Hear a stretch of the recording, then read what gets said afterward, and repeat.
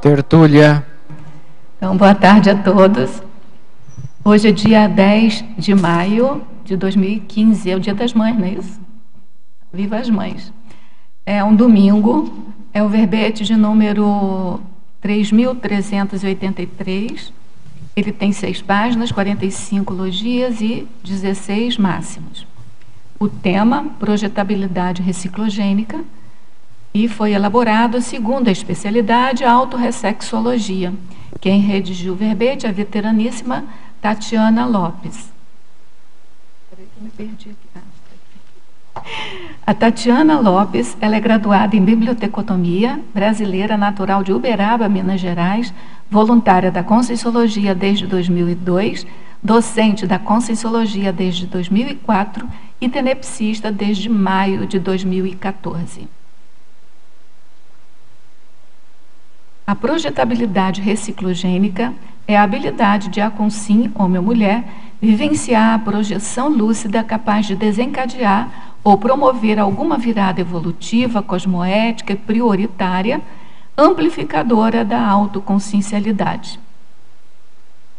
Na pensenologia, nós destacamos o holopensene pessoal da projetabilidade reciclogênica, os reciclopensenes, a reciclopensenidade, os paratecnopensenes, a paratecnopensenidade, a renovação pensênica desencadeada pelas autovivências extrafísicas. Na fatologia, os benefícios intraconscienciais advindos dos autoexperimentos projetivos, a análise autocrítica das paravivências pessoais, as autoavaliações conscienciométricas a partir do acervo parafatuístico pessoal, a verificação dos resultados auferidos pela projetabilidade consciencial na vida diária, o acesso às informações extrafísicas sobre a própria existência, possibilitando os ajustes necessários ainda em vida, o estabelecimento de novas rotinas progressivamente, visando ampliar a autoconscientização extrafísica e diminuir os autocondicionamentos intrafísicos, os descondicionamentos desencadeados pelas vivências projetivas lúcidas em série. Na parafatologia, a natureza extrafísica das reciclagens da consim, a projetabilidade lúcida enquanto fator desencadeante da virada intraconsciencial, a paratares a partir da experiência projetiva, o para-esclarecimento detonador da autorreciclagem, a checagem realista do nível de amparabilidade extrafísica pessoal, a constatação do nível de assedialidade extrafísica pessoal, o autoenfrentamento extrafísico desassediador, as acariações extrafísicas desassediadoras. Os para-encontros inesquecíveis, gerando a ampliação da lucidez e recuperação de gons magnos em bloco, a oportunidade de investigar temas e experimentos transcendentes, que é a paracientificidade. Os extrapolacionismos projetivos, evidenciando para a consim os neopatamares evolutivos a serem alcançados. A gente chama a atenção que essa parafatologia tem 23 linhas, o que constitui o máximo para o verbete e que a gente só deu uma pincelada aí nos itens e que vale a pena, né, aprofundar e ler todos os itens. Na argumentologia, nós destacamos o parágrafo recim, segundo a experimentologia, a verbetógrafa lista 10 efeitos recinológicos decorrentes do autodesenvolvimento da projetabilidade lúcida, passíveis de serem observados pela pesquisadora ou pesquisador interessado. Na remissiologia, nós destacamos ampliação do mundo pessoal, autoparapercepciologia ideal, extrapolacionismo, paraconscienciometria e viragem autoevolutiva. O desenvolvimento gradual da projetabilidade lúcida e o aprofundamento das paravivências, enquanto recurso terapêutico e profilático, geram o exercício contínuo da reciclogenia. Você já identificou a autoprojetabilidade enquanto fator desencadeante das próprias reciclagens intraconscienciais e existenciais? Quais autorreciclagens projetivas já inventariou? Na bibliografia específica, a autora contribui com 6 fontes de referência. Agora a gente vai ler a mega-análise elaborada pela equipe de mega-análise da Enciclosapiens, que é composta por Ana Maria Rocha, Marilene Raganin e Socorro Frazão. Cons, Recim, Catarse, Viragem, Registro. Para Tares, Renovação, Neopatamar, Acumulação, para Esbregue. Para Contatos, Projeciologia, Impactoterapia, Inventariologia, Extrafisicologia. Autorressexologia, autoexperimento, para cientificidade, descondicionamento e autoconsciencialidade. Bom, a pergunta de praxe, Tatiana, eu sei que você já é veterana, é colocar para nós aqui a contextualização do tema. Eu sei que você tem feito uma sequência, né, de verbetes nesse tema da projetabilidade. E aí, conta pra gente como é que é essa organização sua aí com mais esse tema. Bom, boa tarde a todos. Esse tema aqui, a história dele é um pouquinho mais antiga, assim, né? Ele começou na adolescência, quando eu li um livro que é psicografado, né, do André Luiz, que é psicografado pelo Chico Xavier, chama Nosso Lar, é um livro muito popular aí que todo mundo conhece, já tem até filme, né, sobre o tema. Mas era o meu primeiro contato com a literatura, vamos dizer assim, espiritual ou extrafísica, vamos dizer assim, que contasse um pouquinho da história extrafísica. Eu já tinha tido algumas experiências, né, projetivas, mas o livro me impactou muito, porque ele mostrou assim, que uma pessoa podia dessomar sem ter noção de que o extrafísico existisse, e sem ter noção assim do que ele veio fazer aqui, né? De quais as recins ele precisava ter feito.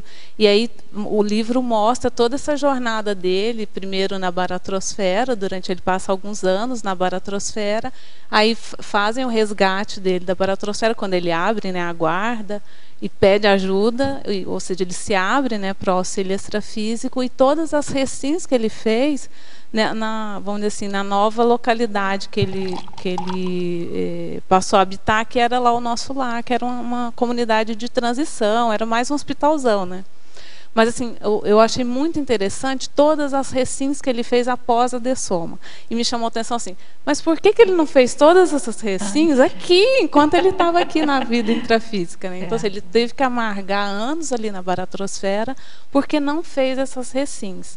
E aquilo me intrigou assim, profundamente. Eu falei, gente, eu não quero esperar a dessoma para fazer essas recins. Como é que a gente faz isso antes? E isso eu tinha 14, 15 anos. E aí, alguns anos depois, a história é um pouquinho longa, gente. Aí, alguns anos depois, uns 3, 4 anos depois, eu assistindo a um Globo Repórter, que trazia os casos de experiência de quase morte. E aquilo me impactou de novo. Falei, olha, aquele assunto voltou.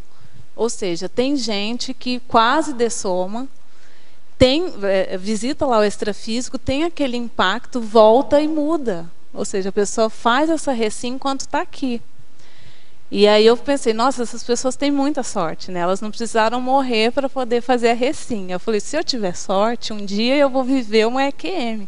Né? Para mim, aquele passou a ser meu objetivo. Não, um dia eu vou ter que viver isso, porque deve ser a coisa mais fantástica.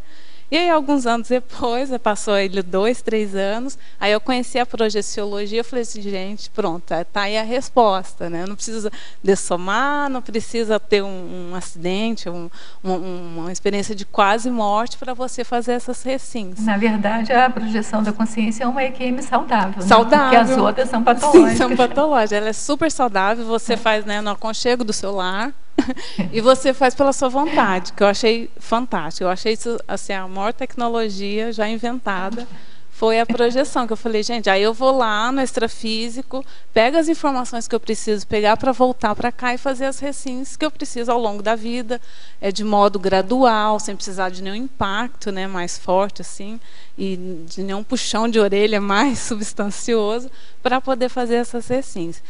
E aí, quando eu conheci a projeciologia, eu comecei a investir bastante em experiência fora do corpo. Não era uma coisa que eu tinha antes, assim, com facilidade. Mas eu comecei a investir como programa mesmo de reciclagem, assim, de recim.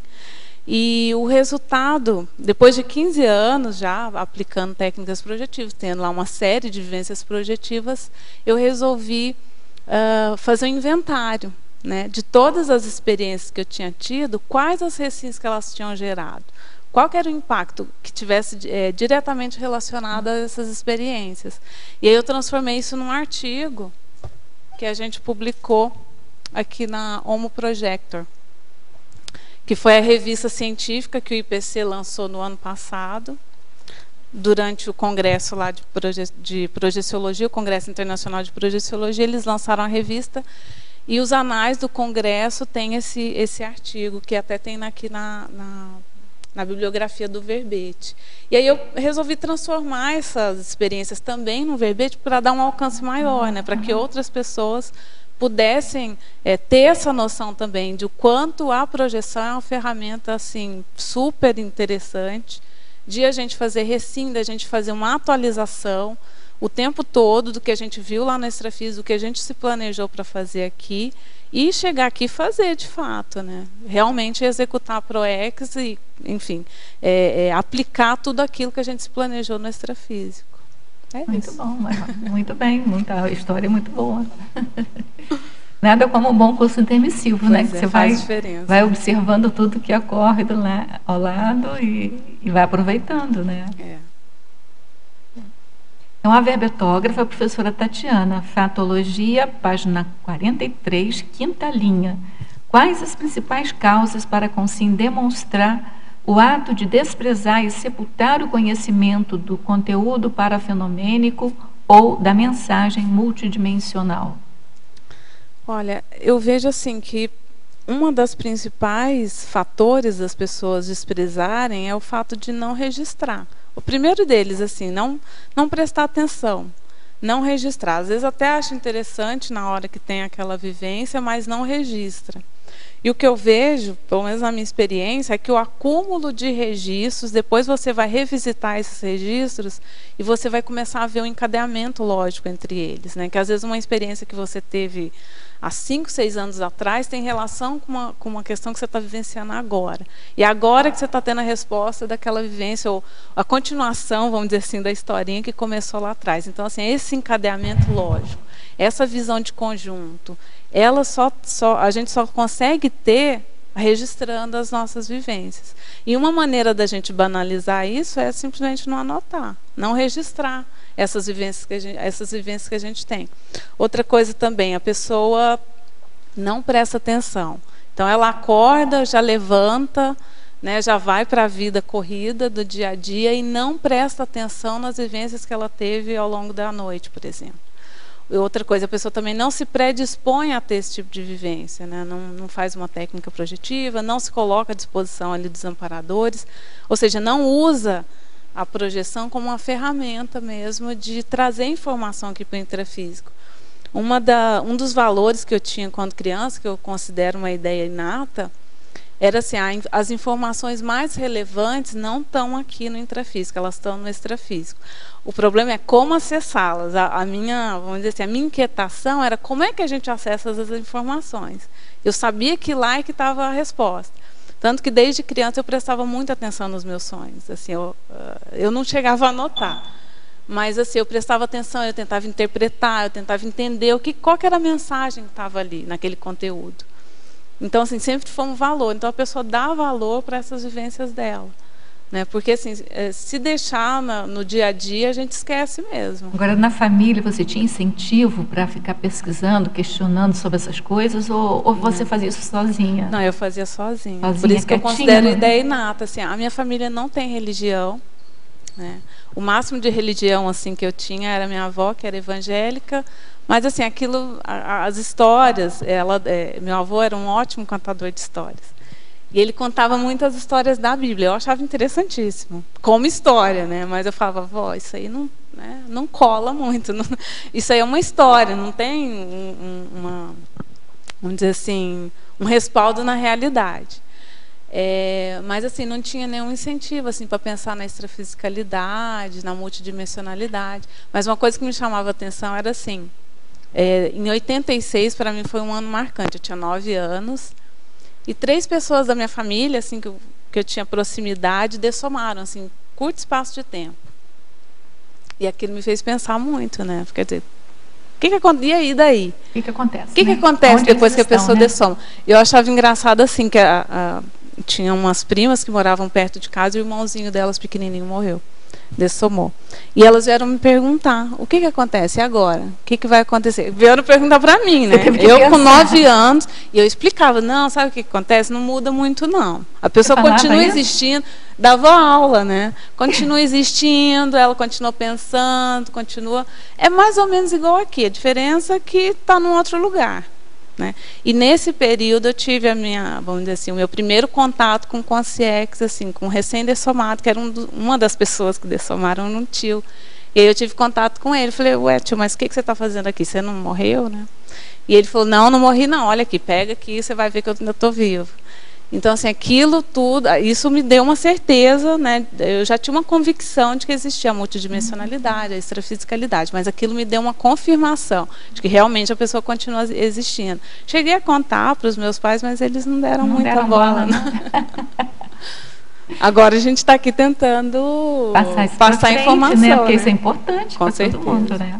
Qual a idade, Tatiana? Eu tinha 9 anos na época. Que essa consciência apareceu para você e se pôs à prova? Sim, era meu tio, né? Ele tinha dessomado fazia poucos meses, e eu vi ele, assim, eu estava lúcida no extrafísico, eu não sabia que eu estava projetada, mas eu estava bem lúcida. Aí eu perguntei, nossa tio, mas como que você está aqui? Você morreu, você não pode estar aqui. Né? Eu não estava com medo, nem nada. E ele falou assim, não, eu não morri. Eu não morri, eu não sei se ele estava parapsicótico, alguma coisa assim também. Mas ele pediu para eu pegar nele. Não, pega em mim que você vai ver que eu estou vivo. Aí eu peguei, fui lá confirmar. E eu nunca esqueci dessa experiência. Para mim aquilo foi uma autoconfirmação. De que realmente... antes disso, com 6 anos de idade, aconteceu também... Um dia eu acordei de madrugada e eu tinha sonhado que eu tinha levantado a cama, ido até...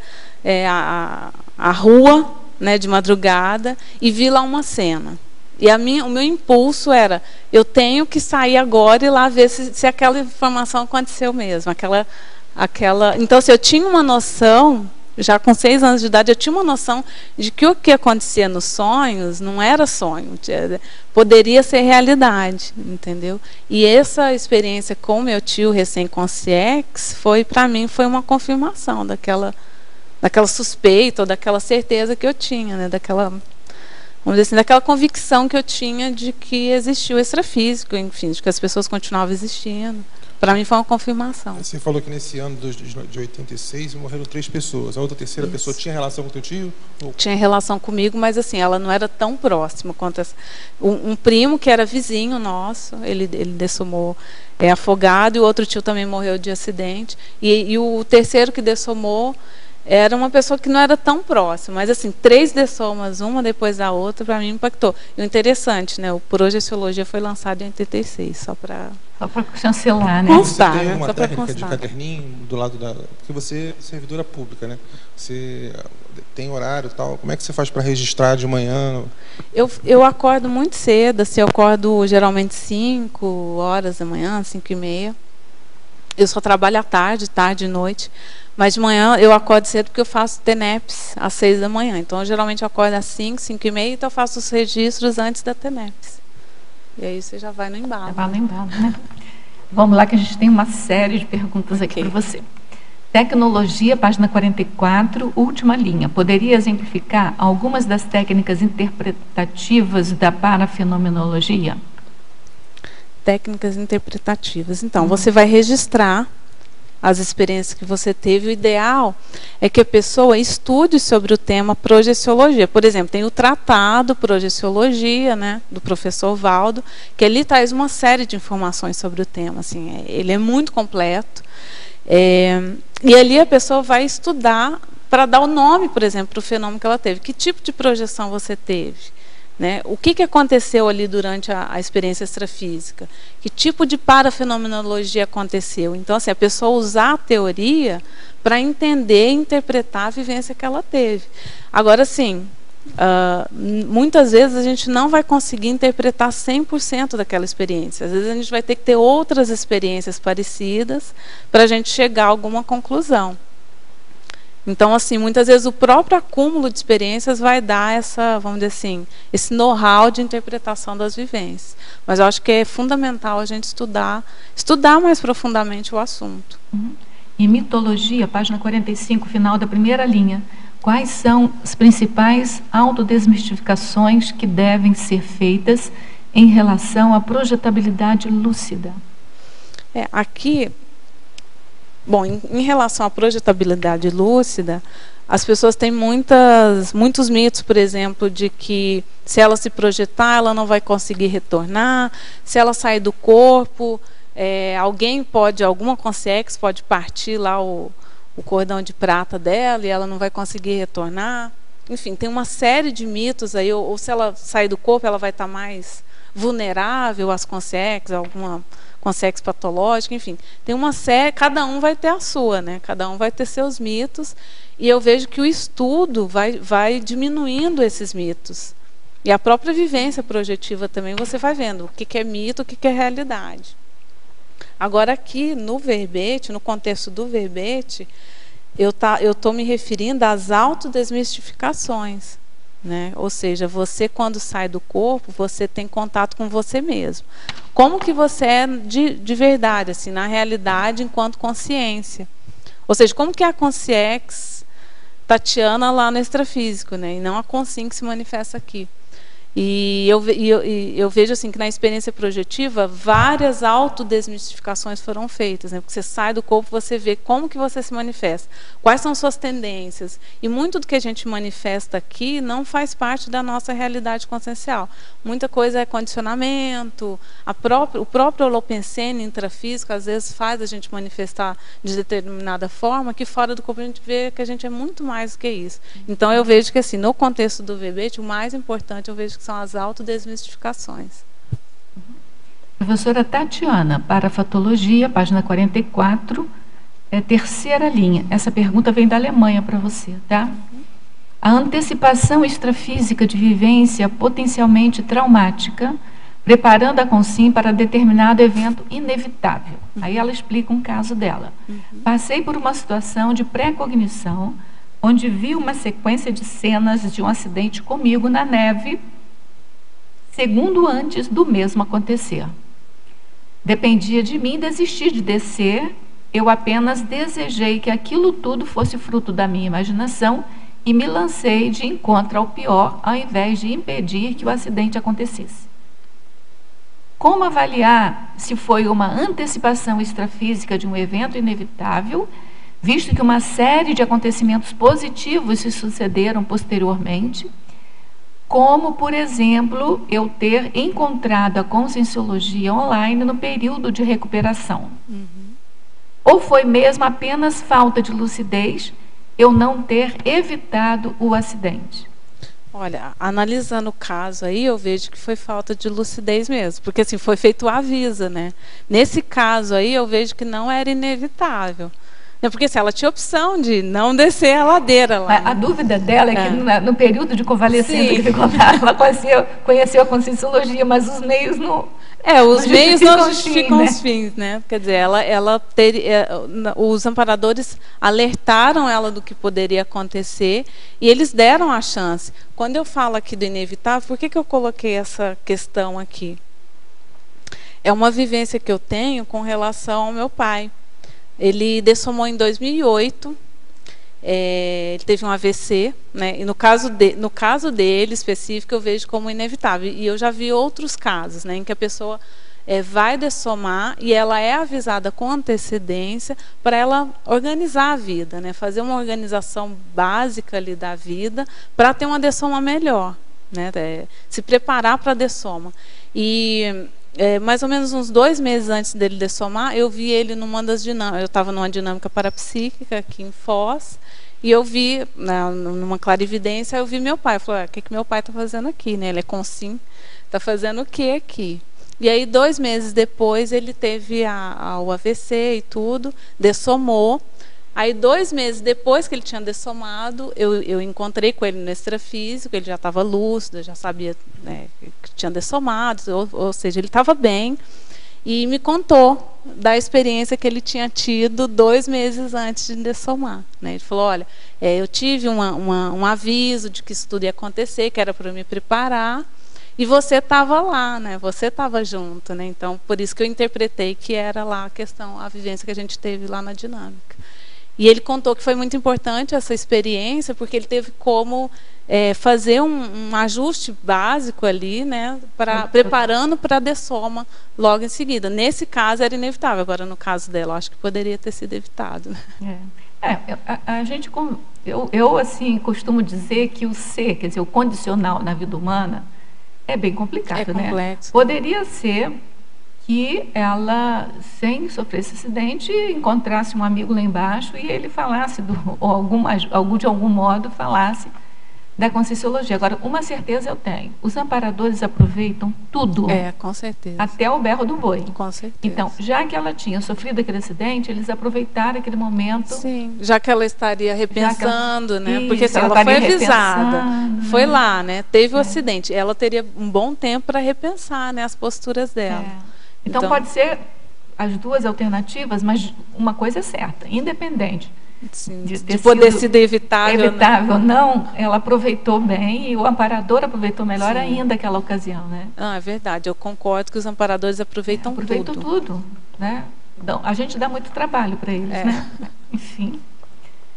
Professora Tatiana, Fatologia, página 1, primeira linha. Poderia aprofundar sobre os benefícios intraconscienciais advindos dos autoexperimentos projetivos? Eu vejo assim que o verbete como um todo, ele está falando o tempo todo aí desses benefícios, né? Até o que está lá na argumentologia. Uma listagem de 10 itens, né? Tem 10 itens ali que mostram esses efeitos, né? Quer dizer, quais os tipos de vivência que a pessoa pode ter no extrafísico e quais os impactos que isso vai gerar nela, né? Quais as recins que esse tipo de vivência vai gerar na pessoa.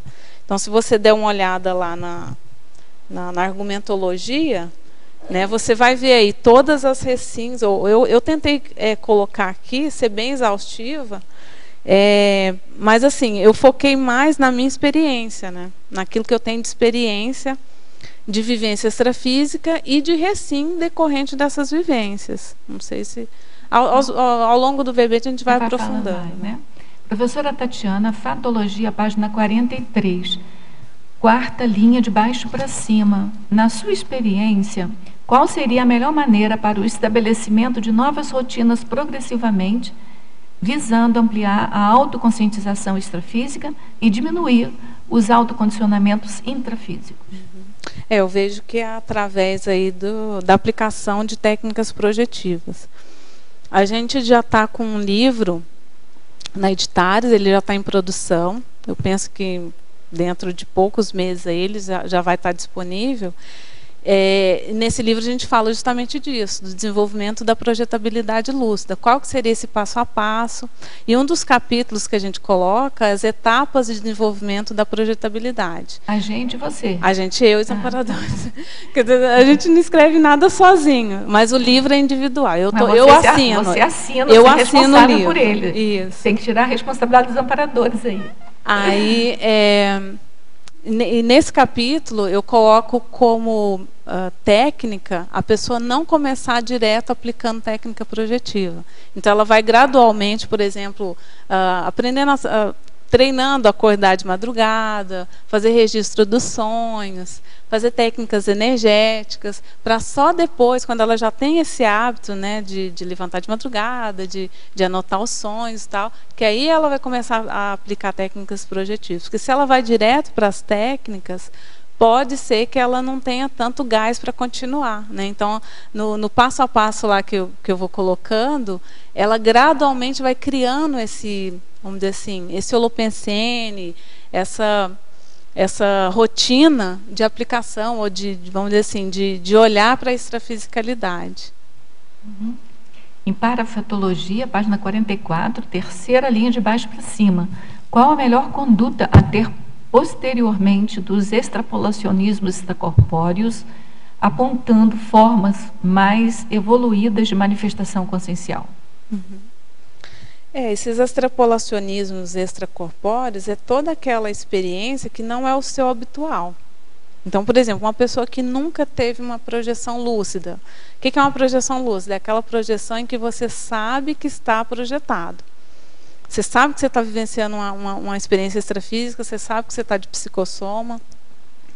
Por exemplo, uma pessoa que nunca teve uma vivência dessas. Muitas vezes ela é tirada do corpo ali pelos amparadores. Geralmente esses extrapolacionismos são promovidos pelos amparadores.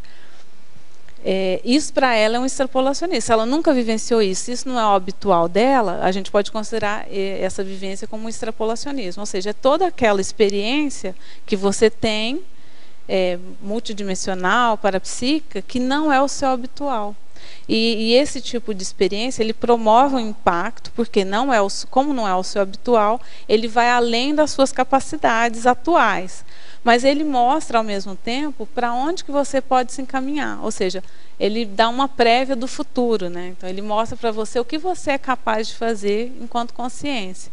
E aí você, pela sua própria vontade, vai buscar modos de se autodesenvolver para que aquela vivência, que a princípio foi um extrapolacionismo, passe a ser o seu habitual.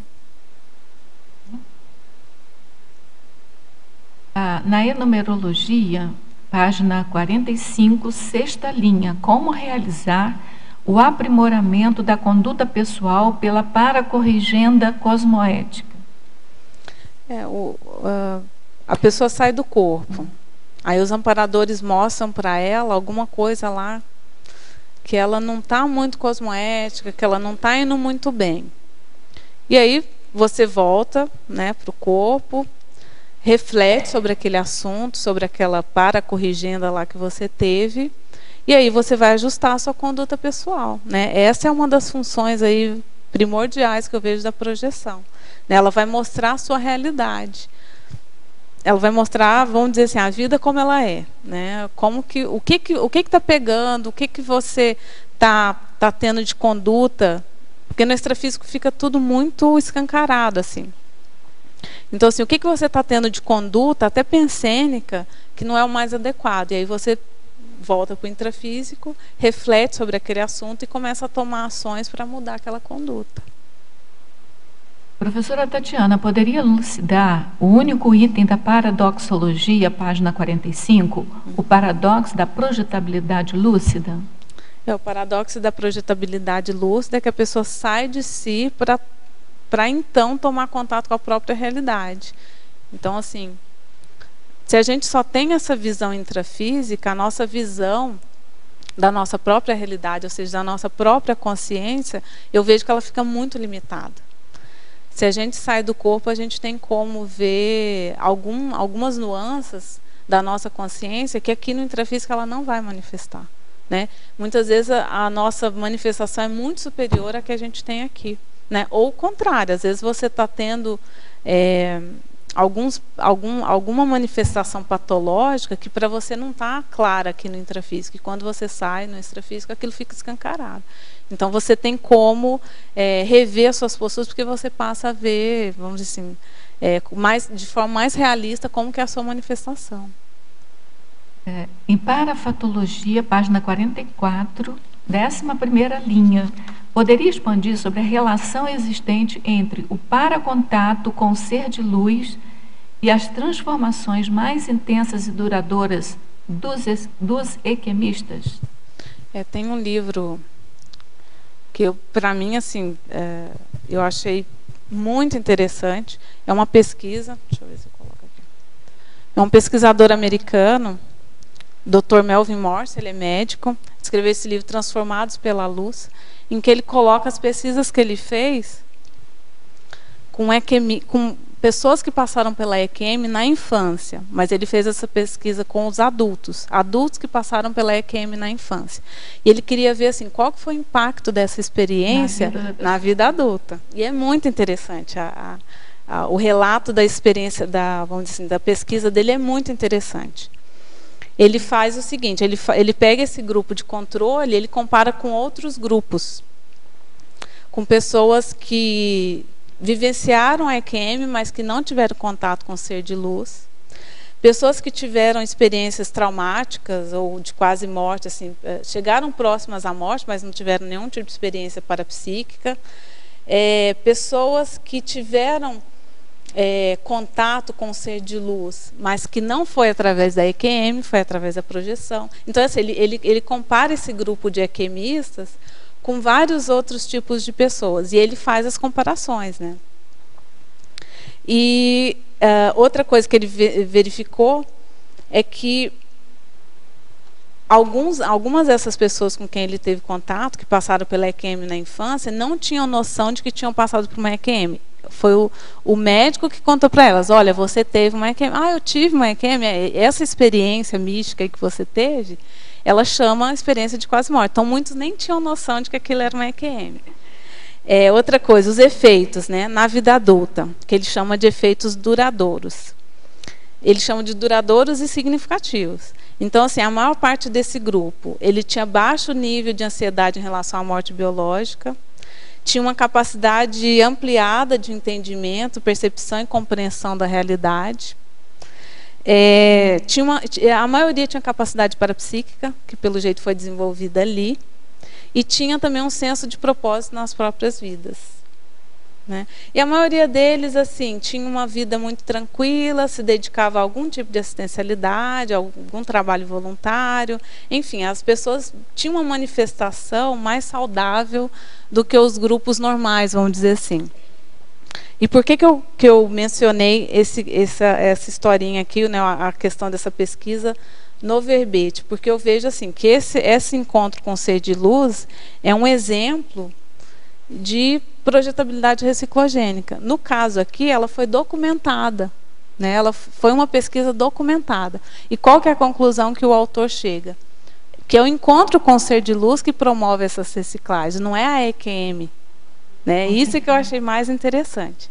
É que não é a EQM em si, ou seja, não é porque a pessoa quase morreu que ela volta e muda. Né? Pelo contrário, ele fala até que as pessoas que passaram por isso, tiveram próximas à morte, mas não tiveram encontro com o ser de luz, normalmente elas têm mais medo da morte do que as pessoas comuns, porque ela tem o trauma, escuro, né? Aquilo por causa escuro, né? O trauma, né? O trauma daquela experiência. E os que tiveram encontro com o ser de luz não, tinham um nível de medo da morte muito menor. E todas aquelas. Agora, o que ele não explica no livro, ou na tese dele, é por que encontrar o ser de luz faz a pessoa mudar. Isso ele não fala, né? E é interessante porque ele esteve no CIPRO, que teve em Belo Horizonte em 2008, né, esse Dr. Melvin Morse, e ele afirmou que ele é materialista. Ele acha que aquilo tudo é produto da mente das pessoas. que é interessante, né? E aí, qual que é a relação que eu fiz com o verbete? Depois que eu li esse livro, essa passou a ser a minha meta. Tá? Eu li esse livro mais ou menos em 2007. Eu falei, gente, eu tenho que encontrar um ser de luz. Como é que foi? Aí passou a ser a minha meta. Como que faz para encontrar um ser de luz? Mas já não queria mais passar pela EQM. Não, sem EQM, por favor, através da projeção. Então tá bom. E aí eu fui pesquisar ser de luz na conscienciologia, né? E o professor Valdo fala que em alguns casos o encontro com o ser de luz, esse ser de luz, ou é um amparador luz, que passou pela segunda de soma e tudo. Em alguns casos pode ser um orientador evolutivo ou até um serenão. E aí eu vi, é o fato de encontrar uma consciex com um padrão muito sadio é que faz esse choque de realidade, né? Que faz esse choque desse encontro, e desse choque de realidade é que promove a Re5. Você fala, olha, existem formas muito mais sadias de se manifestar. E aí aí a minha meta era encontrar o ser de luz. E aí em 2012 eu tive uma experiência assim, não era um ser de luz, mas era uma consciência muito sadia. Era um nível de consciência que eu até então não tinha tido contato ainda, né, com um padrão muito sadio. Várias pessoas estavam lá, não era só eu, né, não era particular o encontro, tinham várias pessoas, a gente estava numa fila para encontrar com ela. A gente encontrou, na hora ela ficava poucos minutos com a gente, ela fazia uma paraconscienciometria, né, ela mostrava lá os nossos dados e ela não falava nada, só mostrava os dados. Mas assim me chamou muito a atenção o padrão dessa consciência. Ela tinha um padrão de felicidade muito grande. Perto dela você se sentia muito feliz assim, e se sentia totalmente aceito, que bate com os relatos das pessoas que tiveram encontro com o ser de luz. Elas se sentem 100% aceitas por aquela consciência, né? E ao mesmo tempo você tem noção de que eu estou no nível evolutivo abaixo daquela consciência, mas você não se sente rejeitado ou diminuído por causa disso. E foi muito interessante. Esse encontro com essa amparadora promoveu também uma série de Re5s, né? Porque ali eu entendi vários conceitos que antes para mim eram teóricos. Ali, pelo menos, eu tive um vislumbre. O que é o megafraternismo? O que seria uma transafetividade? Então, assim, pelo menos saiu um pouquinho da teoria e eu entendi melhor como que é. Como que é sentir um megafraternismo? É assim, né? Então, assim, aquela passou a ser uma meta para mim. Um dia poder vivenciar o que eu vivenciei, eu por mim mesma vivenciar o que eu vivenciei próximo àquela consciência. E o mais importante para mim é que as outras pessoas, ao terem contato comigo, sintam o que eu senti perto dela, né? Então, assim, poder promover esse bem-estar geral que eu senti perto dessa consciência. Então, eu vejo assim que realmente o Melvin está certo. O encontro com o ser de luz é que faz o start. Né? A energia só que ela manda para a gente. Pois é. E também na efeitologia também você coloca também os efeitos transformadores das experiências de quase morte, né? Você acabou de explicar. Mas vamos aqui na 44, parafatologia. Não sei se você já fizeram essa pergunta, né? É a surpresa ao se deparar com a extrafisicalidade. Já? Aonde que está? A 8ª. Tá, já achei aqui. A surpresa ao se deparar com a extrafisicalidade após a dessoma, para só então verificar as pendências deixadas na vida intrafísica. Isso aqui está muito explicado, mas eu gostaria mais. Esse daqui eu me inspirei naquele livro Nosso Lar. Sabe, é um livro psicografado do André Luiz. O André Luiz é a consciência do Carlos Chagas, né? E foi psicografado pelo Chico Xavier. Tem filme, né, sobre o assunto. O filme é muito bom. Por incrível que pareça, o filme é super bem feito. E Nosso Lar. O filme também chama Nosso Lar. É muito bom. E eu me inspirei muito no relato que ele faz, principalmente no livro. Porque assim, o relato que o André Luiz faz é muito impactante, porque assim, você vê que é um médico, quer dizer, um pesquisador, uma pessoa que é uma cabeça, e ele chega no extrafísico para descobrir que na vida intrafísica ele não deu a mínima para a extrafisicalidade, né? E ele só vai descobrir que a extrafisicalidade existe depois da dessoma, né? Olha que desperdício.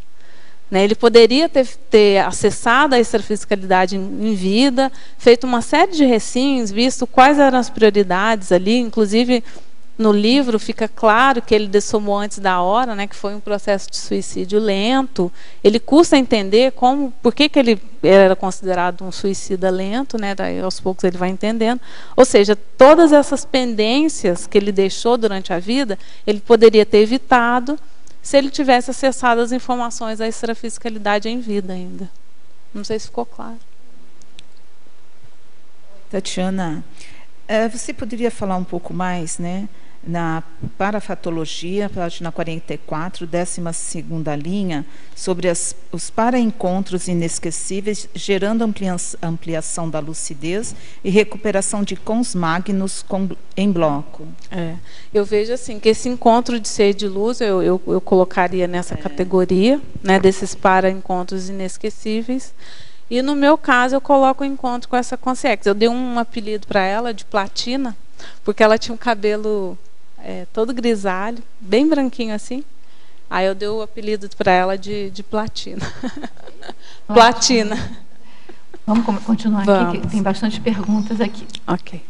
Essa pergunta já foi feita, você já respondeu, mas se você quiser fazer uma síntese e ela depois fala alguma coisa para você, eu vou ler. Professora Tatiana, Fatologia, página 43, 4ª linha, de baixo para cima. Poderia comentar o estabelecimento de novas rotinas progressivamente, visando ampliar a autoconscientização extrafísica e diminuir os autocondicionamentos intrafísicos? E aí ele comenta. Também gostaria de parabenizá-la por mais este verbete nesta especialidade e gostaria de saber como está o andamento da escrita do seu livro. Pois fique sabendo que serei, com certeza, seu futuro leitor, além de profundo admirador de seu trabalho, que venho acompanhando em tertúlias passadas. Muito obrigada. Olha, agora o apoio... antes de fazer assim, deixa eu agradecer aos teletertulianos, porque assim, foram vários teletertulianos. Teve uma das tertúlias que eu coloquei meu e-mail aqui em público e vários deles entraram em contato comigo. Eu queria agradecer a todos eles e dizer assim que todo esse incentivo que está me ajudando a publicar meu livro. Assim, o incentivo maior que eu tive para escrever esse livro foi por causa das tertúlias, as perguntas que as pessoas faziam, porque antes eu achava, será que alguém tem interesse por esse tema? Será que alguém vai se interessar? A gente tem esse tipo de pensamento antes de escrever, e realmente foram as tertúlias e as perguntas dos tertulianos que me deram esse incentivo. E o livro já está em produção na Editares, né, ele já está em diagramação, então eu penso que dentro de 2 ou 3 meses ele já vai ter sido publicado. Agora, com relação aí à sua pergunta, a minha dica é o seguinte, que a pessoa implemente gradualmente, assim, não tenta de uma hora para outra se tornar um mega projetor, se ela não é, né? Porque tem gente que já nasceu saindo do corpo, não era o meu caso, né? Eu tive que fazer um esforço para conseguir no nível de projetabilidade que eu tenho hoje. Tem outros projetores na CCCI que são muito mais avançados que eu, né? Mas, assim, perto do nível de projetabilidade que eu tinha e perto do que eu tenho hoje, eu vejo que eu consegui um grande progresso. E talvez até por isso que eu muitas vezes consigo explicar melhor, né, para quem ainda não tem a projetabilidade, justamente por ter passado por esses perrengues. Né? Então, quando a gente passa pelos perrengues, né? Pelas dificuldades, a gente chama. Mas a minha dica procure colocar gradualmente, não tente furar o céu. Começa fazendo práticas energéticas, não sempre no mesmo horário, para não caracterizar a TENEPS. Comece lendo sobre o assunto antes de dormir, lendo sobre projeção antes de dormir. Pega o Projeciologia, ou o livro de relatos projetivos, né, o Projeções da Consciência. Isso já ajuda bastante. E outra, acordou, registra o que você vivenciou, seja sonho, seja o que for. Professora Tatiana, Fatologia, página 43, 7ª linha. Poderia comentar, se possível com exemplos, sobre a possibilidade de a consciência viver a vida inteira ignorando a essência dos objetivos da própria ressoma? Essas 2 perguntas vêm da Alemanha para você também. Isso daí eu vejo que é o mais comum. Esse é o, vamos dizer assim, é o corriqueiro do dia a dia. Não é à toa que no extrafísico tem assim, uma população enorme de parapsicóticos, né? Todos esses parapsicóticos viveram a vida ignorando os objetivos da própria ressoma, né? Nunca pararam para pensar, por que eu estou aqui, de onde que eu vim, para onde, o que vai acontecer comigo quando eu dessomar. E a projetabilidade lúcida, eu vejo que é justamente o caminho para a gente evitar isso tudo, né? Para a gente ser mais lúcido no dia a dia do que a gente vai fazer aqui. Ela pergunta também, na página 47, o parágrafo, aquela enumeração sua de Recim, né? Se você poderia comentar o item 9, que é realismo. Eu vejo que esse daqui é um item muito importante, né? Porque quando a gente sai do corpo, a gente passa, eu brinco assim, a gente passa a ver a vida como ela é, né? Então a gente encontra lá no extrafísico consciências projetadas, consciência que é da nossa convivência. E aí a gente vê como que a pessoa é de verdade, né? Quais são as intenções dela, como que ela se manifesta. Tem gente que a gente se surpreende porque se manifesta de uma forma muito superior no extrafísico do que no intrafísico. Já aconteceu comigo. Aí eu vou e falo com a pessoa: escuta, você no extrafísico você é uma super líder, super dinâmica. O que acontece que aqui no intrafísico você não mostra isso, né? E às vezes acontece o contrário também. Aqui, aparentemente a pessoa é normal, né? Aqui no dia a dia, e você sai do corpo, encontra com a pessoa tem uma série de patologias, mas é mais uma oportunidade que a gente tem de assistir. E a gente mesmo, qual que é a nossa reação na hora que a gente se depara, por exemplo, com uma consciência patológica, né? Como que a gente reage? E por aí a gente vai tendo noção de como que é, por exemplo, os nossos preconceitos. Ou pelo contrário, se a gente é muito guru, né, encontra lá uma consciência mais sadia, como é que você fica? Você fica embasbacado, né? Ou não, você mantém uma tranquilidade, né? Então, assim, a gente tem como ver como que é a nossa manifestação real ali. Essa pergunta aqui tem a ver com isso que você está falando. Em Parafatologia, página 44, sexta linha, o autoenfrentamento extrafísico desassediador. Ainda tenho medo de me projetar, porque pode aprofundar, comentar sobre como a projeção desassedia. Você falou encontro com consciências mais problemáticas, então tem a ver com essa coisa de desassédio. Sim. E assédio, né? Claro. Então, um dos meus objetivos lá, quando eu comecei a desenvolver a projeção, era porque eu tinha muito medo de consciência. Na verdade, eu posso considerar que eu tinha espectrofobia, assim, eu tinha fobia de consciência. Eu não via consciência, mas eu percebia, né, a presença, e eu tinha muito medo, assim, se alguém... se eu visse um filme assim que mostrasse consciência, eu não conseguia dormir à noite, assim, era um sofrimento. E um dos meus objetivos de desenvolver a projeção era acabar com esse medo. Porque eu falei, gente, eu não quero viver assim o resto da vida nesse pavor, né? E aí eu conheci a Conscienciologia, falei, como é que eu vou fazer TENEPS um dia se eu tenho medo de consciência, né? Isso se torna impraticável. E aí uma das primeiras... saí do corpo algumas vezes. As primeiras vezes os amparadores me deram uma colher de chá, então eu não vi nenhuma consciência, nem consci, nem consciência, não via ninguém. Falei, puxa, mas eu achei, né, que quando eu saísse do corpo ia ter um monte de gente, né, um cenário assim horroroso, e não tinha ninguém. Eu falei, puxa, mas não tem ninguém, como é que é isso? Então os amparadores foram aos poucos fazendo essa desdramatização do extrafísico, eles ajudaram bastante, até que eu comecei a ter contato com consciência patológica. Eles me avisaram, olha, hoje a gente vai ver uma consciência patológica. Então tá. Aí eu saí do corpo, eles falaram, agora a gente vai trazer uma consciência. Eu falei, não, eu quero voltar para o corpo. Aí eu falei, não, vamos enfrentar, eu não estou aqui para isso, né? Aí eu resolvi enfrentar a situação, e aí a consciência apareceu na minha frente. E foi uma projeção vexaminosa, porque assim, ela estava pedindo ajuda, ela estava morrendo de fome, que ela não conseguia comer e sentia fome. Aí eu materializei, esqueci meu medo e tudo, materializei um prato de comida, dei para ela, falou, toda vez que você sentir fome, pensa num prato de comida que ele vai aparecer na sua frente. E comecei a exteriorizar energia para a consciência, enfim, e ali para mim 50% do medo de consciência terminou, porque eu vi assim, o ridículo da situação, né? Você sentir medo de uma pessoa que está precisando de ajuda, né? Então, assim, eu vi que não tinha mais razão de ser, e aos poucos esse medo foi diminuindo até que ele cessou. Então, assim, o autoenfrentamento, por que é o autoenfrentamento extrafísico desassediador? Você está se autodesassediando. Não é que você vai enfrentar a consciência assediadora. Tem isso também, tá, gente? Depois de certo tempo a gente passa. É gradual, os amparadores fazem isso gradualmente. A outra pergunta é o contraponto. Tá. Na mesma página 44, décima linha, as intervenções extrafísicas de amparadores promovendo o soerguimento da consciência com desvio de proexes. Poderia ampliar, explicar como é feito isso pelos amparadores? Eles pegam assim, a pessoa, eles veem que a pessoa tem potencial, que a pessoa poderia estar ajudando muito mais. Inclusive, os próprios casos de EQM, muitos deles são isso, né? A pessoa está indo ali numa trajetória de vida, está desviada do que ela veio fazer aqui, e muitas vezes a única maneira que os amparadores têm de dar um mega esbregue na pessoa, uma mega impactoterapia ali, é muitas vezes através da EQM, né? E aí a pessoa corrige a rota, não por causa da EQM, mas por causa do para-esbregue que ela teve no extrafísico, os amparadores mostrando para ela que ela estava em desvio de rota.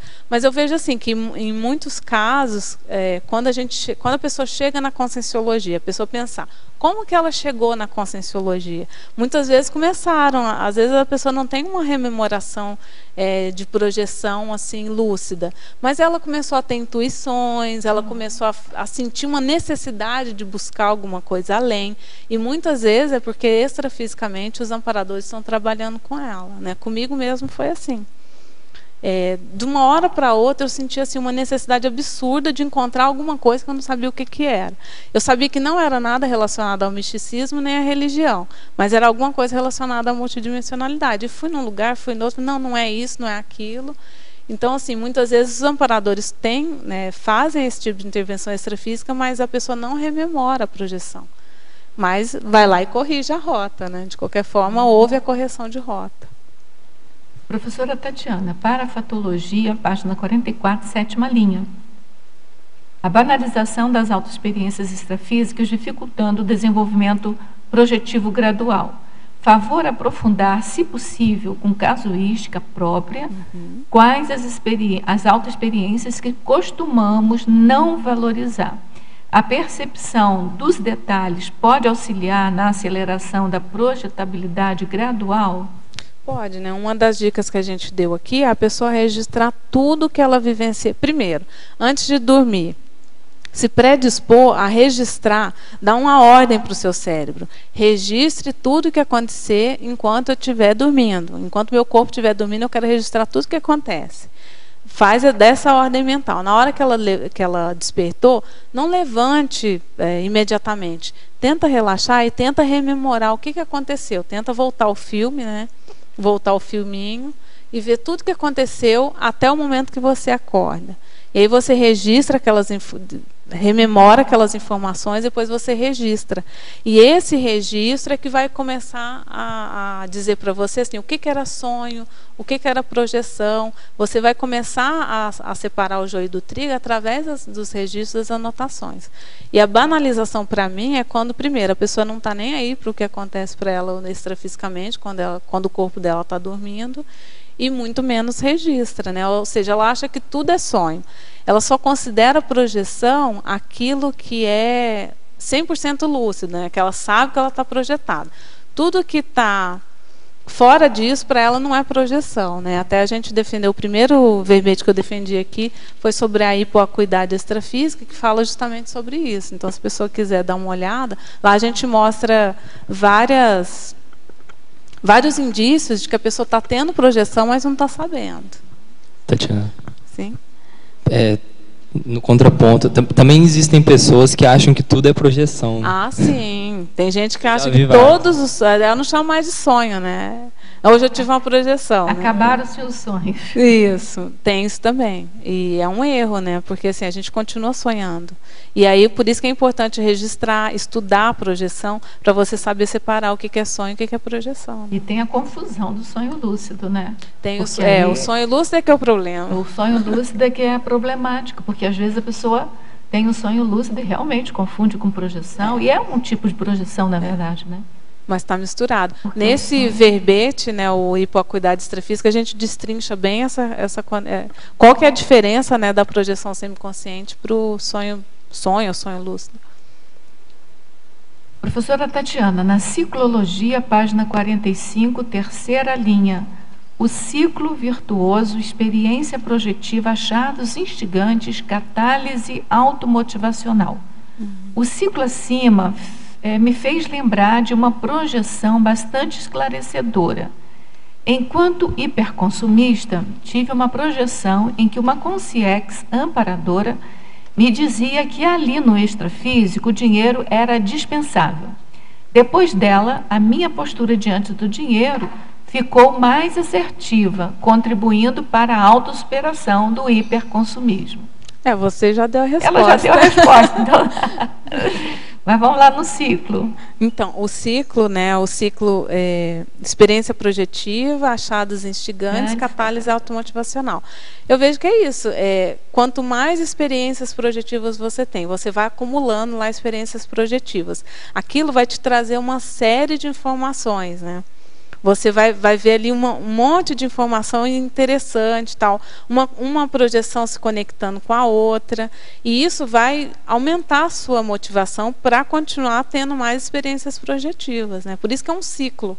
Quanto mais você se projeta, mais você tem informações, e quanto mais informações você tem, mais motivação para se projetar você tem. Trinomiologia, página 44, segunda linha. O trinômio para reeducação evolutiva, para terapêutica consciencial e para profilaxia proexológica. É possível aprofundar sobre cada tema e a conexão entre eles? Aqui, a para reeducação evolutiva. Ou seja, a pessoa a gente vem aqui para a vida intrafísica, eu vejo que esse é um dos principais objetivos. A gente fazer essa para a reeducação, ou seja, a gente tem essa conexão com o extrafísico, mas a gente está aqui na vida intrafísica tentando aplicar tudo aquilo que a gente aprendeu e todas as informações que a gente acessa no extrafísico. Então, como a colega ali relatou, ela teve uma projeção, os amparadores mostraram para ela uma postura que não era adequada em relação ao dinheiro, e ela volta para a vida intrafísica e tenta aplicar aquela informação nova que ela tem. Então, por isso que é uma para-reeducação. Você acessa a informação extrafísica e tenta aplicar ela aqui no intrafísico. A paraterapêutica consciencial. Aí você vai aplicar, ou seja, quando você aplica essa informação que você viu que você não está agindo da melhor forma, ou da forma mais madura, você vai aplicar uma terapêutica para aquela postura. Então, você vai se reeducar. Então, assim, quais as ações que eu vou implementar para não me manifestar mais dessa maneira que eu estou me manifestando, né? Dessa forma que eu acessei lá no extrafísico. E vai fazer a paraprofilaxia, porque se você muda hoje, você evita uma série de problemas no futuro, né? Tanto aqui no intrafísico quanto no extrafísico depois da dessoma. Então, professora Tatiana, estrangeirismologia, página 44, segunda linha. Gostaria que comentasse o turning point evolutivo desencadeado pela paravivência impactante. Esse aqui é muito comum aí nos relatos de EQM, né?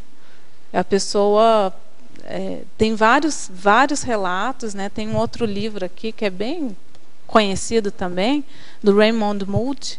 Deixa eu pegar aqui.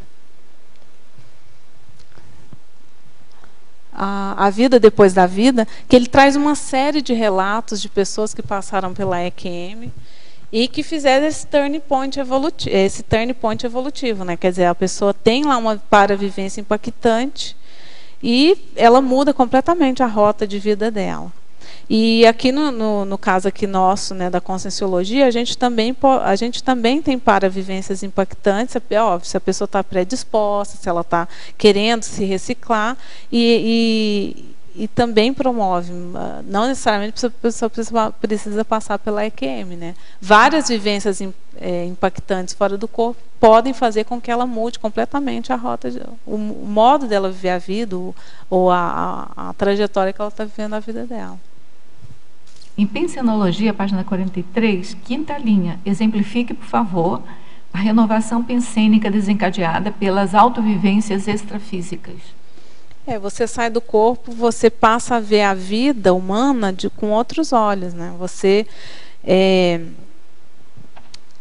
por exemplo, todas essas 10 efeitos recinológicos aqui que a gente coloca na argumentologia faz parte dessa renovação pensênica, né? Quer dizer, para eu poder mudar, ao meu modo de ver a vida, a minha maneira de me manifestar, eu vou ter que fazer uma renovação pensênica. E as próprias experiências extrafísicas mudam o modo que a gente tem de ver a vida, né? De ver a realidade. Na pensenologia, página 43, terceira e quarta linhas, gostaria que relacionasse os paratecnopensenes e os prioropensenes com o tema do verbete. Esses paratecnopensenes aí, os amparadores, eles têm uma série de técnicas para ajudar a gente extrafisicamente a acessar informações, a ajudar na recuperação de cons, a fazer assistência extrafísica, ou seja, é uma gama imensa que tem de paratecnologias. E quando a gente volta aqui para o intrafísico, a gente tenta aplicar essas técnicas, né, que a gente aprende lá no extrafísico, aqui no dia a dia, né? Então, assim, é uma maneira mais ampliada de pensar. A gente tenta aplicar essa maneira mais ampliada de pensar aqui no dia a dia. Ou seja, aquilo passa a ser uma prioridade para você. Não pensar de modo monobloco aqui no intrafísico, mas pensar de uma maneira multidimensional. Em fatologia, só para terminar isso aqui. Em fatologia, página 43, quinta linha de baixo para cima. Elucide, por favor, as evidências das reperspectivações existenciais observadas nos equemistas.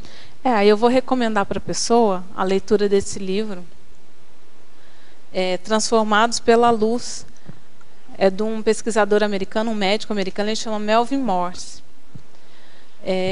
Nesse livro, ele traz uma série de evidências, né, de pessoas que passaram, no caso dessa pesquisa dele, ele fala mais das pessoas que passaram pela EQM na infância.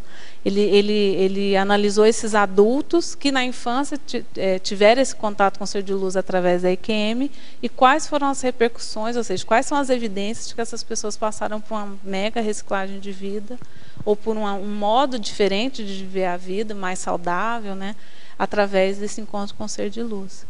Em fatologia... Inclusive, é sobre isso que eu queria falar. Porque no Congresso de Projeciologia, em 2008, quando o Melvin Morse esteve lá, sim, ele enfocou muito a vivência com crianças, né? É porque é o tema, a linha de pesquisa dele é EQM na infância, né? E o argumento dele, se eu não me engano, era porque as crianças eram mais autênticas, né? Elas eram mais espontâneas nos relatos dela.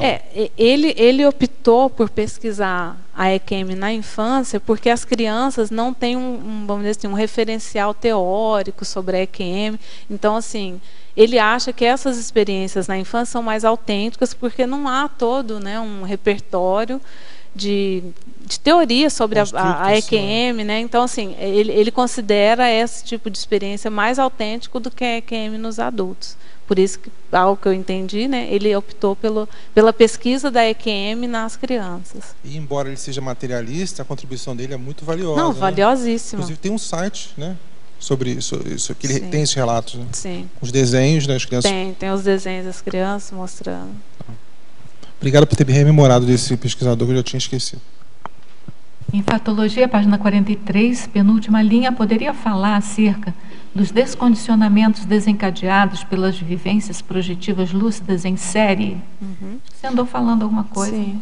Aí eu vejo assim, que lá na argumentologia a gente mostra isso, né? Porque assim, para a pessoa vivenciar todos esses tipos de experiências extrafísicas, ela só vai conseguir isso se ela tiver projeção consciente em série, ou seja, se ela tiver uma série de experiências extrafísicas. E eu vejo assim, que são essa série de experiências, ou seja, esse acúmulo de experiências é que gera umas recins mais profundas, assim, né, a longo prazo. Eu vejo que justamente esse tipo de vivência seriada da projeção. Tatiana. Tô falando. Oi, você vê alguma relação assim entre a frequência de projeções e fases da vida, por exemplo? Tem fases que você está com muitos assuntos para resolver, muito assoberbado, as projeções diminuem. Você vê alguma relação? Você acha que isso pode ter relação com a reciclagem da própria pessoa, que às vezes para ela ter mais projeções ela precisa reciclar? Como é que você vê isso aí? Eu vejo assim que a vida humana ela sempre vai ser a prioridade, né? E não a vida extrafísica, senão a gente não tinha ressomado. Então, assim, os amparadores, muitas vezes, dependendo da demanda intrafísica que a pessoa tem naquele momento, eles vão diminuir as experiências extrafísicas da pessoa, tá? Mas, assim, a pessoa tem que ver se está diminuindo porque essa demanda intrafísica é o mais importante ou se ela simplesmente entrou lá no rolo compressor da vida humana e esqueceu as projeções. Então, assim, qualquer recesso projetivo a pessoa tem que analisar, né?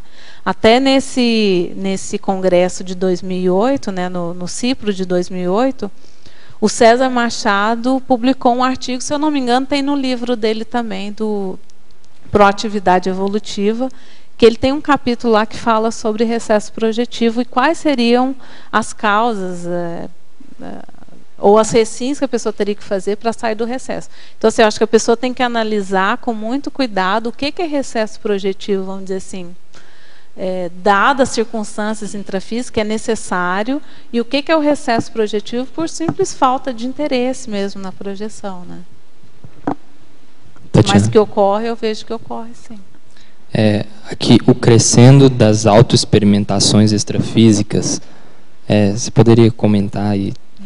Eu vejo, pelo menos assim, na minha experiência, eu que não tinha, vamos dizer assim, normalmente a minha tendência é ter experiência projetiva se eu aplico alguma técnica, se eu faço algum esforço, né? Eu não tenho muitas experiências extrafísicas assim lúcidas, né? Se eu não estou tão lúcida, até tem, mas assim, lúcidas, que eu sei que eu estou projetada, geralmente é porque eu apliquei alguma técnica projetiva. Eu fiz algum esforço. Espontânea, né? Porque você diz lúcida espontânea. Porque lúcida espontânea. Lúcida não. Você tem. A não lúcida, a semiconsciente eu tenho espontânea, mas a lúcida, aquela, né, cachapante, geralmente eu tenho que aplicar alguma técnica projetiva e tudo. E nesses 15 anos que eu venho pesquisando a projeção, como eu sempre estou pensando no assunto, estou escrevendo sobre o assunto, pesquisando, eu vejo que houve um crescendo, né? Houve uma sofisticação no tipo de vivência extrafísica que eu fui tendo. E essa sofisticação, que até de certa forma está aqui, né, no verbete, nessas 10 reciclagens aqui, nessas 10 efeitos, né, da projeção, tem um crescendo ali também, nesse tipo de vivência. Então, no início, eram mais assim, para eu tentar entender como que funciona o extrafísico. Então, aprender a usar o psicossoma, aprender assim, quais são as habilidades, como é que faz para atravessar a parede, esse tipo de coisa assim, mais básica. Aí, aos poucos, eu fui tendo contato com... eu tinha contato com os amparadores mais de forma telepática, eles não apareciam, eles iam dando indicação, olha, não vai por ali, olha, agora vamos atender não sei o quê. E eles davam esse tipo de comandos mentais, assim, né? Era uma projeção bem teleguiada, mas mais de reconhecimento da dimensão extrafísica. E aos poucos foi sofisticando. Aí, aos poucos eu fui começando a frequentar lugares extrafísicos, aí aprendendo como é que é um ambiente extrafísico, como é que ele é diferente do intrafísico. Aos poucos eu fui tendo contato com os amparadores mais tete a tete. A gente vai sofisticando também o tipo de assistência que você vai fazendo no extrafísico. Aí você já começa a frequentar lá a baratrosfera, mas para fazer assistência. Então, assim, vai sofisticando. Né? Se a pessoa se empenha, se ela está disponível, se ela está querendo aprender, os amparadores vão num crescendo, colocando ela em situações mais desafiadoras. Assim, eles vão colocando a gente no aperto mesmo para a gente aprender. Então, por exemplo, nos últimos tempos eu tenho tido muita experiência em que eu estou numa situação de assistência, mas os amparadores já não falam mais. Eu sei que eles estão ali na retaguarda, mas eles não falam mais o que eu tenho que fazer. E eu fico assim, tá, mas o que eu faço agora? Ele assim, usa o que você sabe. Então, assim, eles já não estão intervindo mais igual eles interviam. Então, assim, vai num crescendo, eles vão deixando a gente cada vez mais autônomo, mas eu vejo assim, que o ideal é que todas as projeções você tente, de alguma forma, se conectar com os amparadores, porque eles ajudam assim, a a que você tenha experiências mais ricas, mais produtivas no extrafísico, né? Não tentar fazer carreira solo no extrafísico, entendeu? Até porque é difícil, né? Não, o próprio professor Valdo, né, que é um mega projetor, você vê lá no relato, no Projeções da Consciência, sempre ele está junto com os amparadores, nem que seja teleguiado, né? Então, eu nem sei se isso é possível por causa do Max Mecanismo, né, interassistencial. Não, e sempre assim, você é uma consim num ambiente que não é o seu naquele momento. Eu me lembro de uma frase que a Sandra Tornieri fala sempre: sorria, você está sendo filmado, porque está tudo filmando, né? Então, assim, o tempo inteiro a gente tem que estar sorrindo bem, porque a gente tem alguém observando a gente. Observando, é isso aí. E essa busca que você falou do contato com o amparador no momento da projeção, como que você faz? Eu vejo que é muito da intencionalidade, assim, para que você está se projetando, com qual objetivo, entendeu? É só para fazer turismo? Ou não, você, por exemplo, um objetivo que eu acho super produtivo é aprender.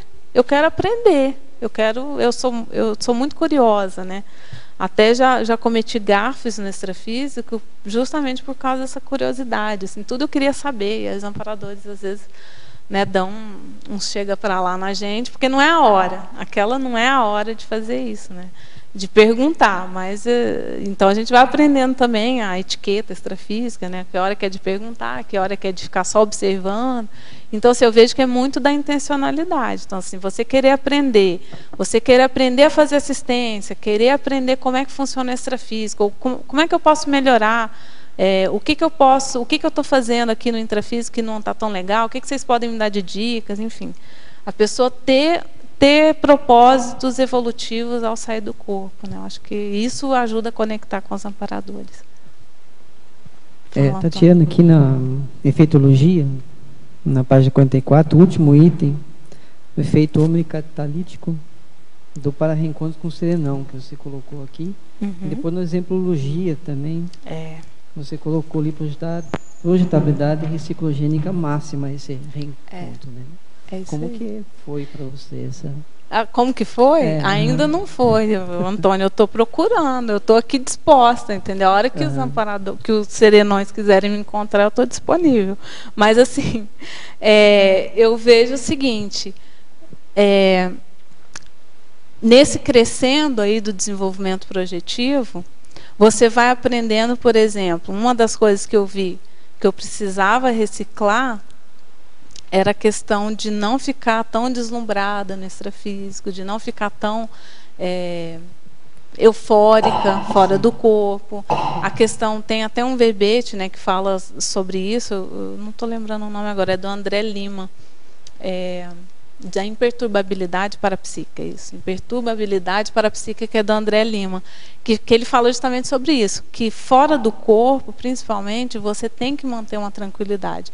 Então, assim, ao longo do tempo, uma das reciclagens que eu tive que fazer e que mais demoraram para ser feita, e que eu tive mais dificuldade, é de manter essa imperturbabilidade no extrafísico. Então, por exemplo, quando eu encontrei lá aquela consciex, que para mim é a consciex do nível mais avançado com a qual eu tive contato, eu ainda fiquei baqueada. Por exemplo, na hora que eu estava lá com ela, eu não queria voltar para o intrafísico. Então, assim, eu cometi uma gafe extrafísica que eu queria ficar lá. Você percebeu isso? Que você não percebi. Eu falei, eu não vou voltar. Eu dei birra extrafísica, eu não vou voltar, eu vou ficar aqui, né?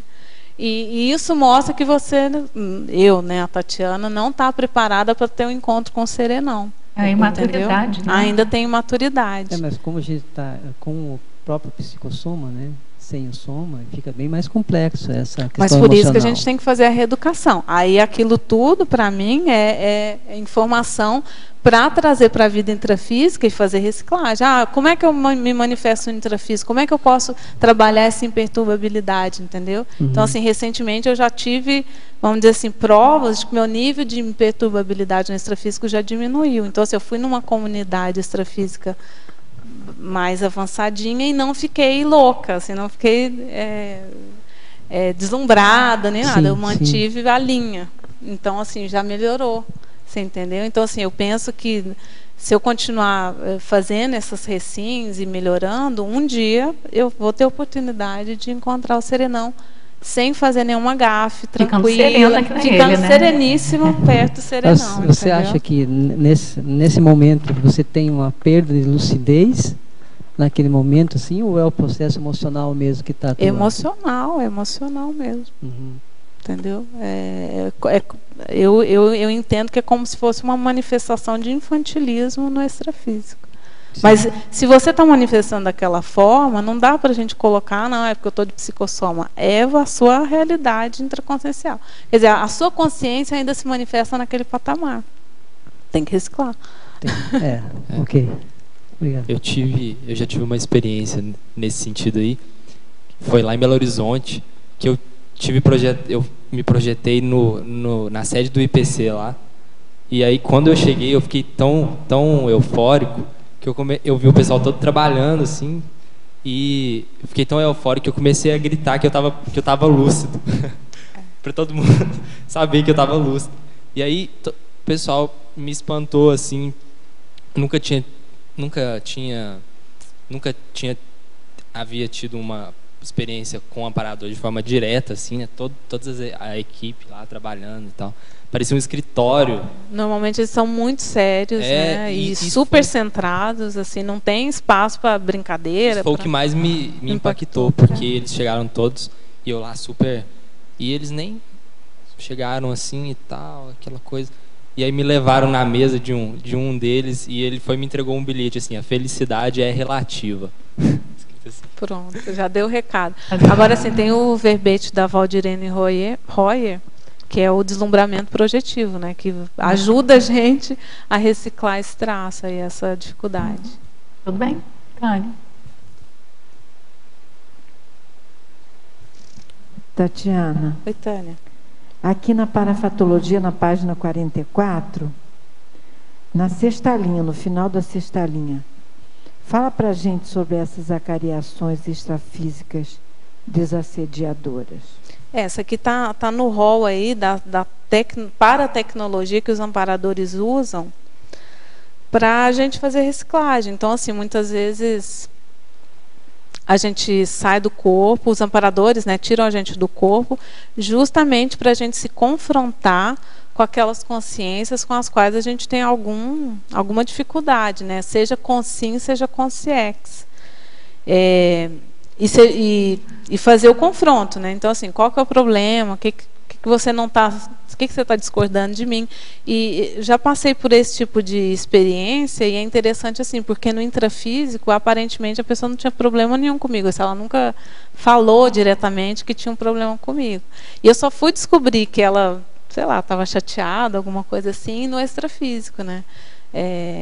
E aí que eu fui conversar com a pessoa, não falei qual era o caso, mas tentei me aproximar da pessoa, ver qual era o problema e tudo, mas eu só soube desse imbróglio no extrafísico, né, ao ter contato com essa pessoa no extrafísico.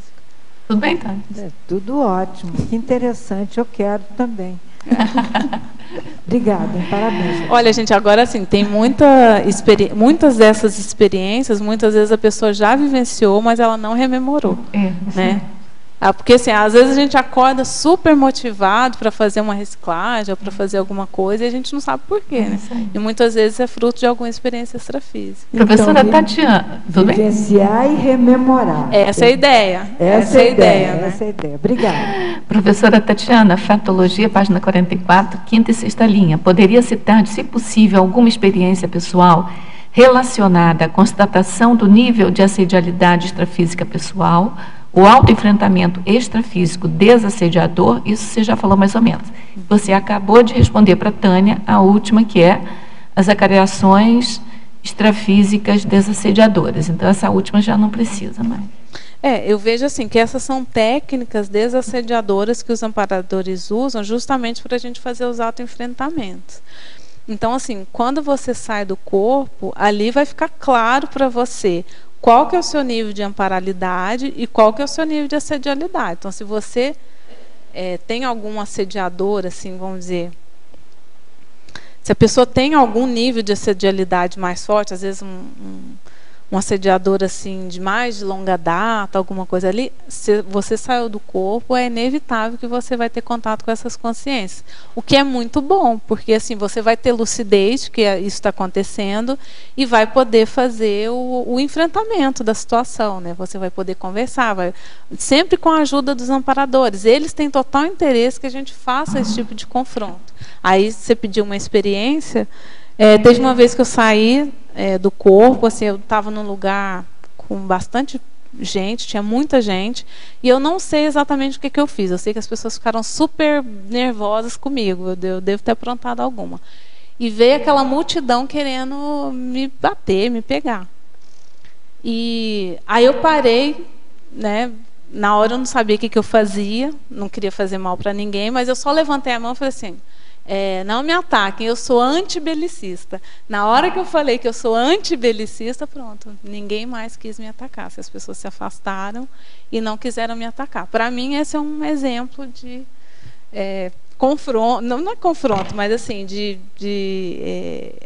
acareação, de autoenfrentamento mesmo extrafísico desassediador. E ali era uma turma grande. Eu não sei o que eu fiz, tá, gente? Eu não sou a vítima da história, não, pelo jeito. Na tecnologia, página 44, quarta linha, o que se pode falar sobre a técnica de a consciência lúcida imitar as posturas evolutivas do amparador extrafísico? Essa daí é uma técnica que eu utilizo, né? Eu tento utilizar, né? A gente vai lá no extrafísico, né? E, igual o Java estava contando, você vê a postura deles muito diferente da nossa, eles super centrados, super sérios, assim, e a gente lá todo alegrinho, e aí você fala, olha, eu acho que essa não é a postura melhor. Talvez seja melhor ser sério também, igual a eles. E aí você tenta imitar, né? Você tenta trazer aquela seriedade e outra, aquele foco, né? Eles são super focados. É o plágio cosmoético que o professor Valdo fala. É o plágio cosmoético. Então, assim, a gente tenta, pelo menos, né? Eu tento imitar os amparadores. Assim, aquela amparadora lá super avançadinha lá que eu encontrei, desde então, a minha ideia é tentar imitá-la, assim, tentar falar, como é que ela faz isso? Como é que é? E aí eu fico vendo na minha manifestação, eu estou mais perto do que aquela amparadora estava se manifestando ou estou mais distante? Aí eu tento ir ajustando para estar cada vez mais perto. Né? Naquele parágrafo, naquela listagem da argumentologia, o teletertuliano quer que você desenvolva o 7, 9 e 10. Homeostasia, realismo e retrocognicidade. Aí você vai me falando, tá? Roda. Oi? Você vai me falando. 7. O 7, homeostasia. Então, assim, quando você tem... Até tem um verbete do DAC, né, do Dicionário de Argumentos, que o professor Valdo fala mais sobre isso aqui, que é a volitação extrafísica, que ela é super terapêutica. Né? Então, se a pessoa tem a oportunidade de sair do corpo e fazer volitação, a hora que ela volta com outro gás. Né? Até o professor Valdo ele faz uma analogia, né, que 15 minutos ou 10 minutos de volitação extrafísica equivale a 30 dias de férias. Né? Então, se a pessoa não pode tirar férias, vai fazer a volitação. Né? Então, assim, aqui a gente traz todos os benefícios, né? A gente aprofunda aqui, todos os benefícios que essa volitação extrafísica traria. Né? Então, você absorve energias intensas extrafísicas, você potencializa a sua energossomaticidade, aumenta a imunidade, né? Aprofunda a autorrelaxação e o que eu acho mais importante aqui, aumenta a autoconfiança e intensifica a automotivação para viver produtivamente. Então, não tem bom, coisa né? melhor. Né? O outro é o número 9, realismo. Realismo. É o descortínio da visão mais realista quanto à existência humana. Aqui a gente já falou bastante sobre isso, né? É ver a vida como ela é. Então, você vai sair do corpo, você vai ver assim, quais são essas reações naturais. Então, por exemplo, aqui no intrafísico, a pessoa acha que ela é super equilibrada, né? Super... E aí, quando ela sai do corpo, ela vê que ela, não, às vezes, é agressiva, ou, sei lá, tem contato com um ambiente mais saudável, ela fica deslumbrada, ela vê que ela não é tão equilibrada assim. Então, assim, ou pelo contrário, né? Igual já aconteceu comigo... quando eu comecei na Conscienciologia, eu era muito tímida, tinha vergonha de falar em público, enfim. E fora do corpo eu falava muito, assim, né? Dava palestras, e eu falei, gente, mas por que aqui eu não consigo falar desse jeito? Então, assim, essa recuperação de consciência. Então, se você vê qual que é o seu patamar evolutivo e o quão você está próximo ou distante dele aqui na vida intrafísica, né? E o outro item é o 10, retrocognicidade. Essa também eu vejo que é terapêutica, né? Uma das terapêuticas aí da experiência projetiva é você ter acesso a informações retrocognitivas, tanto suas quanto das pessoas com as quais você convive. Assim, você acessar informação sobre a sua consciência em várias épocas, né? Inclusive extrafísica, não só na intrafísica. Então, quem que eu era quando eu estava lá no curso intermissivo? Qual foi minha trajetória em outras vidas para eu chegar aqui hoje e ser do jeito que eu sou? Ou seja, ter esses interesses que eu tenho, enfim. Eu vejo que essa é uma das funções aí da projeção. As 6 próximas perguntas vêm de Madrid para você. Professora Tatiana, Fatologia, página 43, 4ª linha. Poderia explicar, se possível, com alguma autovivência, o estudo das paraconsequências dos próprios atos? Isso daqui é quando você sai do corpo e e consegue ver como que é a sua manifestação de verdade. Então, aquele exemplo que eu dei, aqui no intrafísico, aparentemente, isso aconteceu comigo, assim, em algumas experiências, isso já faz alguns anos, assim. Hoje em dia parece que eu estou um pouquinho mais equilibrada. Mas eu no intrafísico era super tranquila, super pacífica. E no extrafísico eu via que eu tinha uma agressividade que eu não manifestava aqui no intrafísico. Então, assim, isso é uma informação que você acessa no extrafísico e que é uma paraconsequência dos seus próprios atos, porque está lá na sua pensenidade. Você não manifesta ela nas suas ações no dia a dia, mas quando você sai do corpo, aquilo fica evidente, né? Então, uma das maneiras que a gente tem de ver assim, quais são as consequências dos nossos atos, aí, por exemplo, aquele caso que eu contei, que eu não sabia que a pessoa tinha um problema comigo, e eu só fui verificar isso quando eu saí do corpo, ou seja, a pessoa não tinha aberto o jogo comigo. Eu só fui descobrir qual que era o problema que ela tinha comigo, ou seja, a consequência de algum ato que eu fiz no extrafísico, né? Em Parafatologia, página 44, 4ª linha, como acontece a checagem realista do nível de amparabilidade extrafísica pessoal? Você já andou falando, mas faz uma síntese. No início, assim, se a pessoa não tem, né, a projetabilidade lúcida, pelo menos na minha experiência foi assim. Eu não tinha um contato direto com os amparadores. Geralmente era de forma telepática, então eles intervinham assim pontualmente. Olha, não vai por ali. Então vinha aquela inspiração, não vai por ali, não pensa isso. Se você pensar isso vai atrair alguma consequência indevida. Então, assim, eles já conhecem bastante a gente. Os amparadores normalmente nos conhecem melhor até do que a gente mesmo. E eles têm como fazer essa vamos dizer assim, essa ambientação nossa no extrafísico. E a gente só vai descobrir se a gente tem realmente amparo e tal, de forma mais ostensiva, a hora que a gente sai do corpo, né?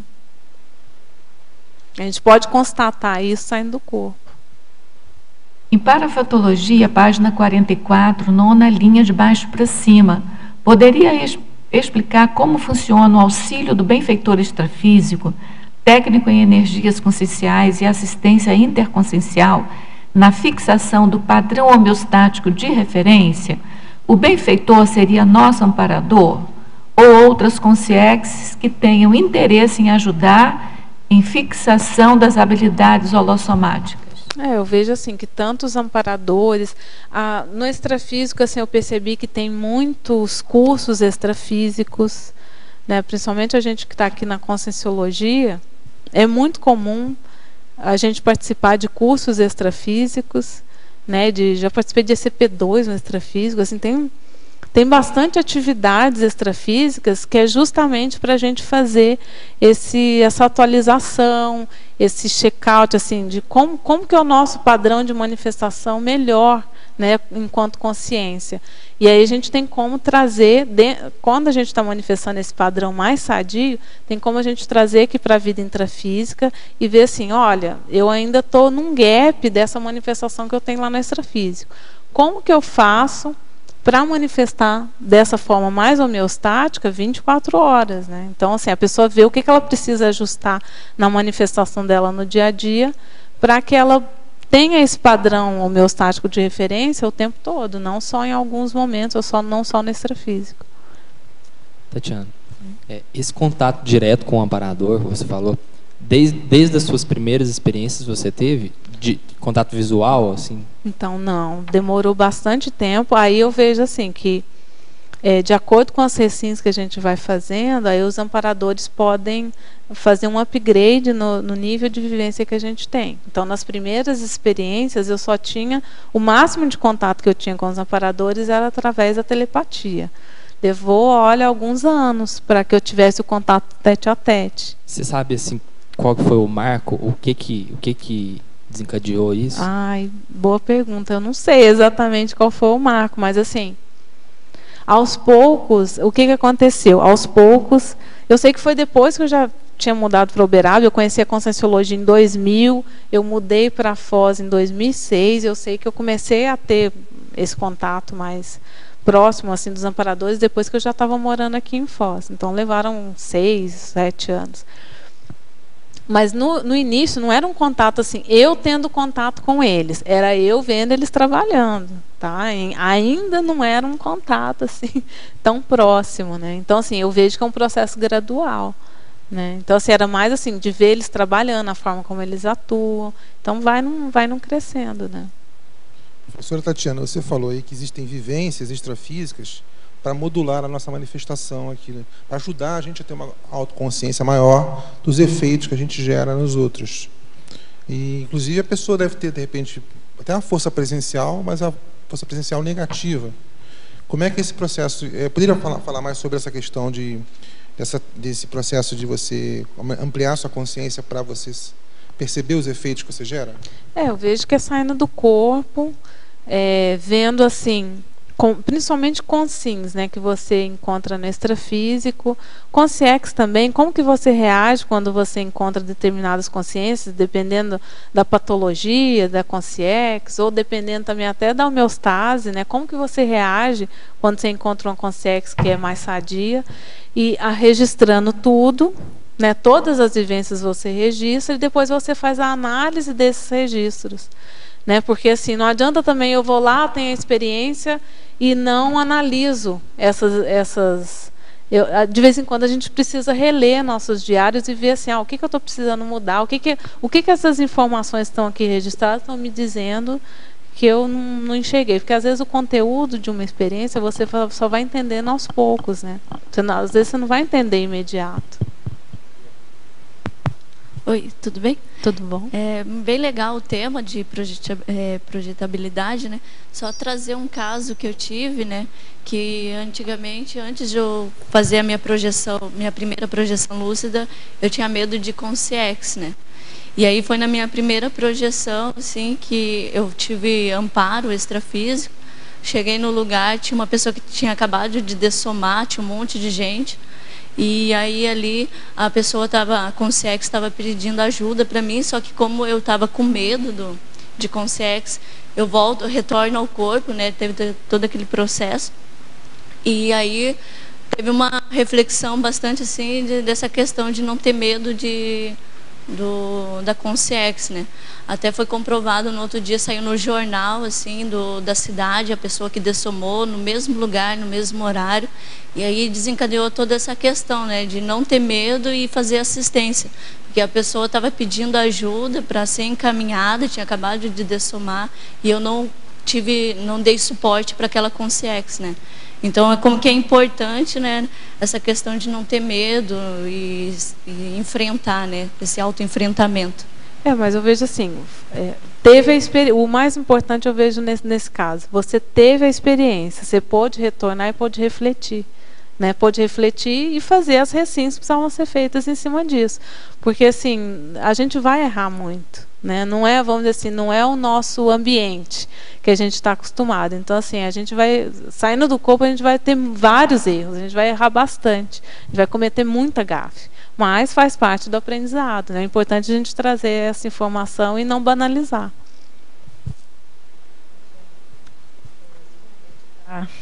totalmente assim, cheio de perguntas, mas a gente não tem esse tempo, né? Porque olha bem na numerologia, tá aqui fantástico. E assim, você coloca a cosmovisão do até então ignorado. Você teve essa experiência? Sim. Né, na primeira vez que eu saí do corpo, eu tinha, ao mesmo tempo que eu tinha muito medo de consciência, eu tinha muita curiosidade de saber como que era o extrafísico, né? Assim, não era à toa que eu tinha tanto medo de consciência, né? De certa forma, eu estava ligada na multidimensionalidade ou na extrafisicalidade o tempo todo. E um dos impactos que eu tive quando a primeira vez que eu saí lúcida do corpo foi justamente não ter ninguém. Isso me impactou, porque eu achei que ia ser assim um cenário de Walking Dead, né? Aquela coisa cheio de gente, assim, eu imaginava o pior cenário possível, entendeu? Pato para insanidade total. E sair do corpo, aquele ambiente tranquilo. Né? Mas depois foi... Não, aos poucos, né? Aos poucos tudo os gradativo, vão, né? Vão colocando. Mas não, já aconteceu, mas aí você já está mais maduro para enfrentar. Na própria numerologia, antes do que ela está pedindo, tem um pedido aqui da nossa teletertuliana lá de Madrid, que ela pede para você explicar a paradmoestação impactoterápica. Isso daqui, ó, eu vejo assim que os amparadores usam essa técnica, assim. É óbvio, se a pessoa está disposta, eles vão ver muito o nível de maturidade da pessoa. O amparador não faz estupro evolutivo, mas eles mostram, às vezes tem que mostrar coisa difícil para a gente, né? Nem sempre é fácil, assim. Para ocorrer reciclagens mais profundas, a gente vai ter que ter esse tipo de impacto, não tem jeito. E a calibragem da bússola intraconsciencial também na numerologia? É o resultado disso, né? Eu vejo assim que a calibragem da bússola intraconsciencial é o resultado, é o efeito dessa paradmoestação impactoterápica. Gente, na verdade, o que a gente deveria era querer o tempo todo ter esse tipo de impactoterapia, né? Assim, tá disposto, tá disponível, se quiserem me dar lá, dar a cara a tapa, porque assim, é só assim que a gente vai crescer, a gente vai desenvolver, né? Eu já tive assim experiências extrafísicas marcantes assim de soco na cara, fratura exposta, e foi muito bom, entendeu? É muito bom ter esse tipo de experiência, assim. Na verdade, eu vejo que todas essas puxão de orelha, pares brega, é muito positivo, é muito sadio. Sem masoquismo, né? Sem masoquismo nenhum. Tá bom. Bota o microfone mais na boca, porque tá. Não, tá. Cosmovisão? Sim, né? Aí a gente faz volta a fita, né? Rever aquelas experiências todas, que é mais ou menos... A cosmovisão não é a mesma coisa que cosmoconsciência. Não, eu sei. Tá. Esse verbete aqui, se a gente for ver, ele inteiro é essa cosmovisão do até então ignorado. Por isso que eu quis fazer essa pergunta, que eu sei que não dá muito tempo para a gente perguntar, né? Eu digo, não, aqui ela me respondendo vai responder várias coisas que eu estava querendo saber, né? O verbete como um todo, na verdade, é um resumão, né? Uma síntese dessa cosmovisão do até então ignorado, né? Eu vou fazer as duas perguntas da teletertuliana de Madrid ao mesmo tempo, porque tem uma coisa a ver com a outra. Professora Tatiana, em Principiologia, página 44, segunda linha, poderia falar do princípio fundamental da acuidade nas autopriorizações em relação à projetabilidade lúcida? O domínio da projetabilidade lúcida é prioridade para a boa compreensão da conscienciologia? Antes da escrita ou do aprofundamento teórico dos temas variadas dessa ciência, antes da escrita ou do aprofundamento teórico dos temas variados dessa ciência, assim, da conscienciologia. Essa é uma pergunta só. E a última, né, que tem a ver com essa, que ela pede para você expandir, lá naquela argumentologia, a acuidade, tem a ver, que é com relação à verificação da qualidade multidimensional da própria fase física. Eu vejo que essa acuidade aqui já é praticamente a resposta, né? Porque, assim, para mim, a projeciologia, ou seja, você sair do corpo com lucidez, na verdade, é você vivenciar o paradigma consciencial. Então, Então, assim, é a parte prática do paradigma consciencial, né? Porque, assim, como é que eu vou saber se eu tenho outros veículos? Sem sair do corpo fica difícil, né? Fica teórico. Como é que eu vou saber que tem várias dimensões sem sair do corpo? Também fica difícil. E aí vai, as energias, né? A cosmoética, a própria cosmoética, porque, assim, no extrafísico, você faz alguma coisa, você pensou alguma coisa, a resposta é imediata. Então, assim, a cosmoética lá funciona rapidinho. Então, se você, por exemplo, assistiu um tema mais pesado antes de dormir, você, né, deita e sai do corpo, você vai ver o resultado daquilo. Então, assim, qual que é o seu nível de pensanidade, você vai sair do corpo, você vai ver qual que é a reação àquela pensanidade que você alimenta no dia a dia. Se ela for sadia, as manifestações extrafísicas vão ser sadias. Se ela for patológica, a manifestação extrafísica vai ser patológica. Então, assim, para mim, a parte prática da conscienciologia é a projeciologia. Olha, vocês têm um minuto para perguntar e responder. Vamos lá. Ok, vamos lá. Isso aí que você falou agora, da pessoa que não tem a projeção, que estuda e admite a questão da multidimensionalidade, eu vejo que se a pessoa não tem projeção, queria ver a sua opinião, eu acho que a postura do dia a dia, o temperamento, ele não é o mesmo, né, daquela pessoa que é projetora.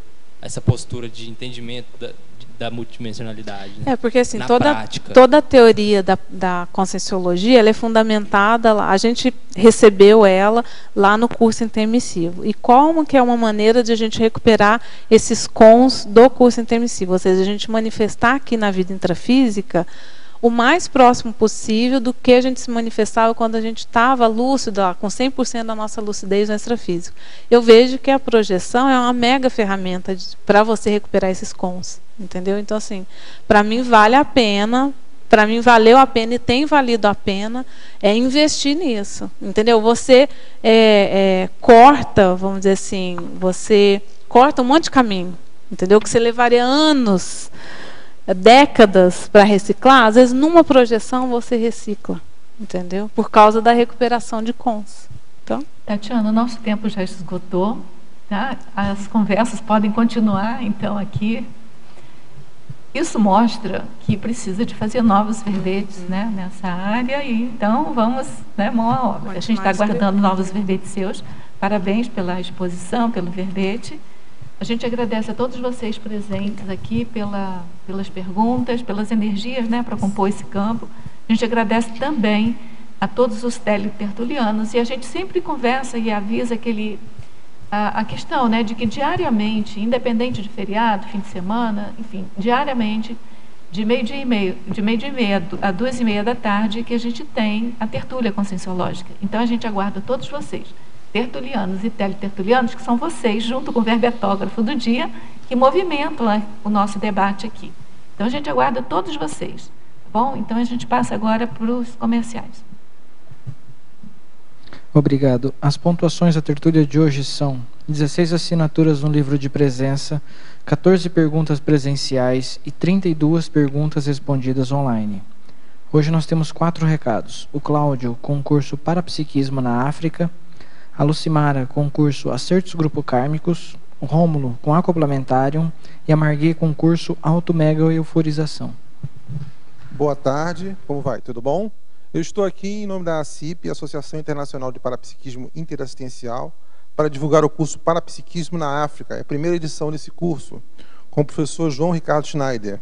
Os tópicos principais do curso são: panorama histórico do continente africano, características filosóficas e sociais das comunidades tribais, parapsiquismo e as sociedades tribais, xamanismo. Anotem aí na sua agenda, dia 21 de junho desse ano, horário 8h30 às 18 horas, o dia todo, né? Sede da ACIP, local, tá? O telefone 45-2102-1421 e o e-mail acip@acip.com. Muito obrigado. Boa tarde. No dia 17 de maio, na Reconsciência, terá o curso Acertos Grupocármicos com o professor Leandro Silva.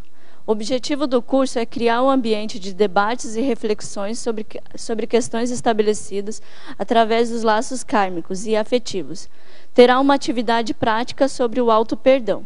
Para maiores informações e inscrição, ligar no telefone 9993-2000 ou enviar um e-mail para reconsciência@gmail.com. Muito obrigada. Boa tarde. Gostaria de convidar a todos os tertulianos e teletertulianos para participarem do curso Acoplamentário, que ocorrerá daqui para aproximadamente um mês, entre os dias 12 e 14 de junho, e a temática desse acoplamentário será grupalidade. Os epicons do curso serão Eliane Stedley, Everton Santos e Flávio Bononato. Então, desse curso, né, um dos objetivos, que é o desenvolvimento da clarividência interassistencial, com essa temática também será abordada a questão do parapsiquismo dentro da grupalidade, as influências do parapsiquismo na grupalidade. Então, estão todos convidados. Maiores informações podem ser obtidas na recepção do CAEC ou pelo telefone DDD 45 3525 2652. Obrigado. Boa tarde, pessoal. Eu estou aqui para divulgar o curso de campo avançado de auto-mega euforização. Esse curso ele vai acontecer em julho, dos dias 24 a 26.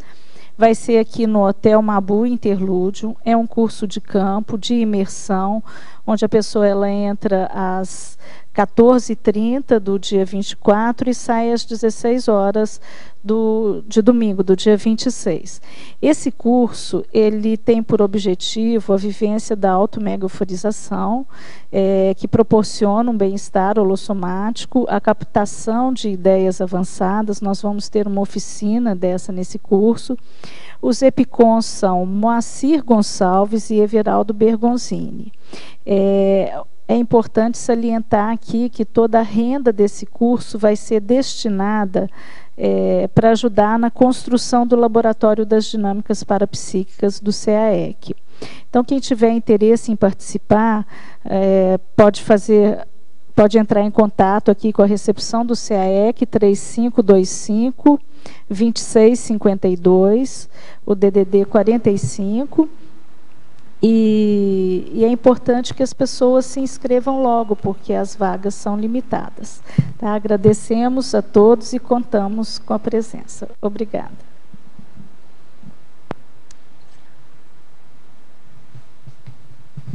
Para amanhã, teremos o verbete Anti-escravização consciencial, especialidade Max Fraternologia, e o verbetógrafo Ulisses Schlosser. Muito obrigado e boa tarde a todos.